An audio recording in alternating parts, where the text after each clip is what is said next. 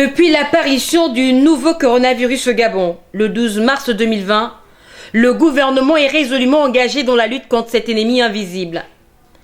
Avec près de 3500 cas testés positifs au 2 juin de l'année en cours, les chiffres parlent d'eux-mêmes.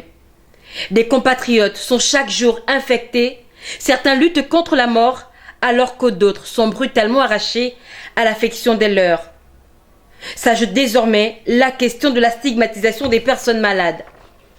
Accablés par la maladie, de nombreux compatriotes se voient pointés du doigt, écartés de la vie sociale, quand ils ne sont pas l'objet de moqueries ou d'insultes de la part de parents, amis, collègues de travail et connaissances.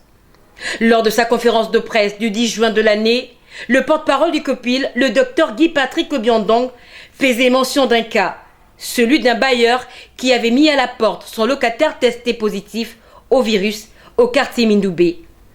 Un comportement jugé irresponsable et indigne.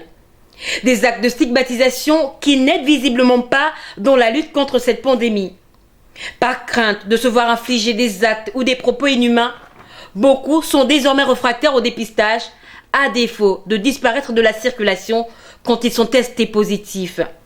Résultat de course, la chaîne de contamination se rallonge, exposant au danger des vies. Notons tout de même que depuis le démarrage de cette pandémie, le COPIL a fait preuve de professionnalisme en gardant anonyme la liste des personnes testées positives.